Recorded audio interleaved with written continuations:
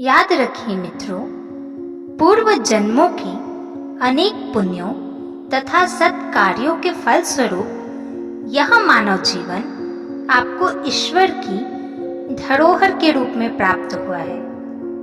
इसे पाकर दुखी, निराश या भयभीत रहना एक प्रकार का पाप है। आप तनिक सी विपत्ति या दुख से अनायास ही डर जाते हैं, थोड़ी सी परेशानी से घबरा जाते हैं। यह एक मानसिक कमजोरी है। सुख दुख का कारण बाहर की परिस्थितियां नहीं, बल्कि मनुष्य की स्वयं की मनस्थिति है। उस कायर मन स्थिति को दूर कीजिए। आज के वीडियो में हम आपको दुख से उभरने की, या यूं कहें कि दुख से छुटकारा पाने की 9 मिथियोलॉजिकली एंड साइंटिफिकली प्रूव्ड अचूक दवा के ऊपर चर्चा करेंगे। तो चलिए वीडियो शुरू करते हैं। दुख से छूटने की अचूक दवा में पहला आता है दुखांत प्रभवम सुखम, अर्थात स्मरण रखिए, दुख के बाद सुख आया ही करते हैं। ऐसा कभी नहीं हुआ कि कोई आदमी या परिवार सदा दुखी ही दुखी रहे। धैर्य धारण कीजिए, सब्र कीजिए, आपके दुख स्वयं दूर होने वाले हैं। इसलिए सुखम वा यदि वा दुखम प्रियम वा यदि वा प्रियम प्राप्तम प्राप्तमुपासित हृदये न पराजितः, अर्थात सुख हो या दुख हो, प्रिय हो या अप्रिय हो, जब जब आए तब तब बोल्ड यानी कि साहसी हृदय से उसका सामना कीजिए। समय बीतने के साथ खुद ही दुख कम हो जाते हैं। दूसरा, सुखम दुखांत मालयस्यम, अर्थात आलस्य करते हुए बाहर से सुख मिलता हुआ तो दिखता है, पर वह अंत में हमेशा दुख का ही कारण बनता है। इसलिए सदैव कर्मरत रहना चाहिए। अपनी पारिवारिक, सामाजिक और नैतिक जिम्मेदारियों को आलस्य त्याग कर पूर्व करते रहना चाहिए। तीसरा, भैष जय में तद दुखस्य यदेत नानुजितयंत, अर्थात दुख की यह अचूक दवा है कि मनुष्य दुख का कदापि चिंतन ही ना करे तथा दुख में व्याकुल न हो, उसे धैर्य पूर्वक दूर करने का प्रयास करें। चौथा, अपध्वस्त सत्वमतो दुखम जीवित मृच्छति, अर्थात तिरस्कृत और अपमानित जितने समय जीता है, दुखी ही जीता है।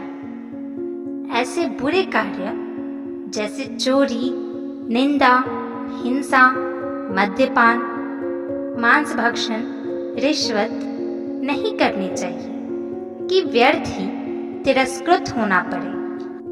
पांचवा, आवेश एक प्रकार का तूफान है। क्रोध और शोभ एक प्रकार के तूफान हैं। ये हमारे जीवन में बड़े झोंकों के रूप में आते हैं। लेकिन यदि कोई व्यक्ति तनिक ठहर जाए और कुछ समय गुजर जाने दे, तो उसमें उस संकट को झेलने की गुप्त आत्मशक्ति प्रकट हो जाती है। समय बीतने से मानसिक संतुलन ठीक होने लगता है। समय की निरंतर गति को देखकर ठीक ही कहा है, सदा न बागा बुलबुल बोले, सदा न बाग बहारे, सदा न राजे राज करेंगे, सदा न महफिल यारे। याद रखिए, बाग में सदा बुलबुल नहीं बोलती। दुख और कष्टों के दिन भी आते हैं, पतझड़ भी आता है।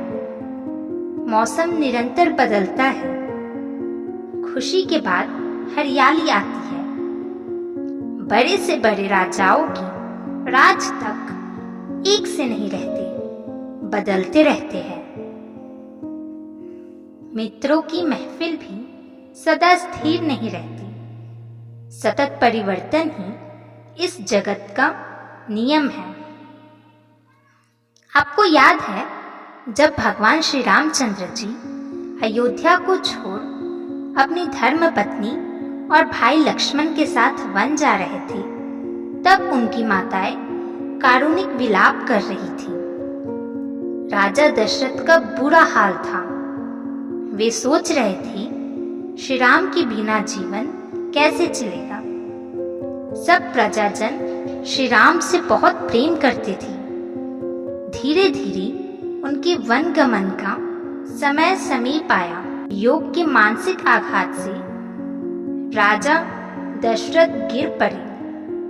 माताएं रोने लगी। अयोध्या के प्रजाजन भी पागल सी प्रभु के साथ साथ चलने लगे। भक्ति, प्रेम और करुणा से सने वे बहुत दूर तक इसी प्रकार चलते गए। नगर खाली हो गया।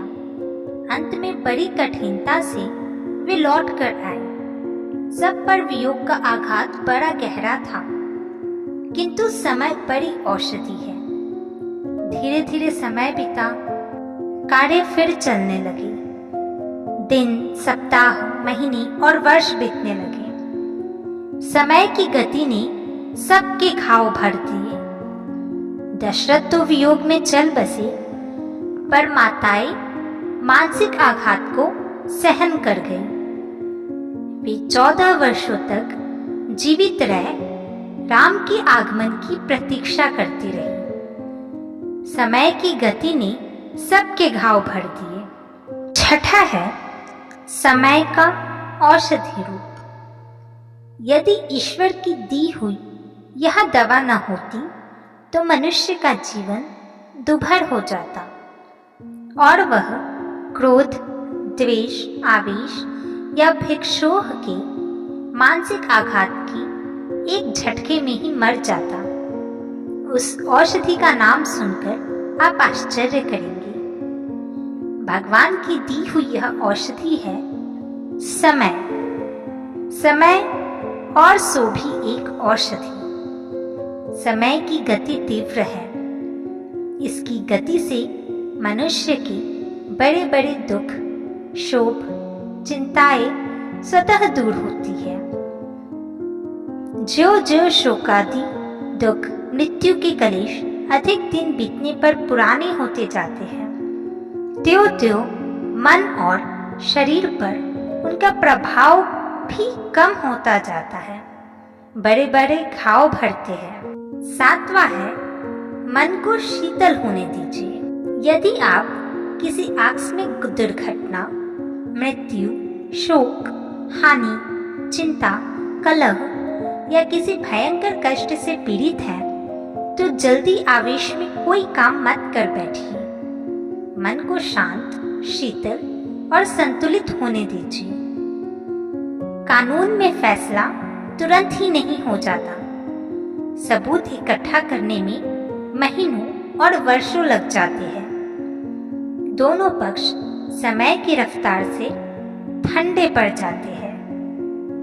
समय की इस गति से आवेश में होने वाले बहुत से झगड़े स्वतः शांत हो जाते हैं। लड़ने झगड़ने वाले दोनों पक्ष अपनी भूल का अनुभव कर लेते हैं और अनेक बार तो समझौता स्वतः हो जाता है। कोई महत्वपूर्ण निर्णय करने से पूर्व कुछ समय अवश्य व्यतीत हो जाने दीजिए। ऐसा करने से आवेश का तूफान बुद्धि और निर्णय शक्ति को मंद नहीं होने देगा। हमारा 8वां उपाय है, आप निराश कदापि न हो। आपके जीवन में ऐसे ऐसे संकट आएंगे कि ऐसा प्रतीत होगा मानो अंत निकट आ गया है। बचने का कोई मार्ग नहीं है। चारों ओर अंधकार ही अंधकार दिखाई देगा। फिर भी आप निराश न हो, हिम्मत न हारे। समय बीतने दें, बस कुछ दिन ठहर जाए। विस्मरण वह मृदु मरहम है जो आपके जख्मों पर दवा का काम देगा और आपको पूर्ण स्वस्थ कर देगा। समय बीतने पर आप अपने कष्टों और विपत्तियों को खुद ही भूल जाएंगे। समय सर्वोपरि है। वह हमें वे शक्तियां देता है जिनसे हमारे मन का भार हल्का हो जाता है, अंदर की दुर्भाव भी दूर हो जाती है। समय सदा एक सा नहीं रहता। गति ही जीवन का लक्षण है। हम न किसी विषम स्थिति से चिंतित हो, न तनिक से लाभ से फूल उठी। अच्छी या बुरी जैसी स्थिति हो, हमें धैर्य से समय को बीतने देना चाहिए। समय आएगा जब हमारी विषम से विषम स्थिति भी अच्छाई में बदलेगी। इस वीडियो में आपने बहुत कुछ सीखा होगा। अगर आपको वीडियो पसंद आए तो लाइक और सब्सक्राइब अवश्य करिए।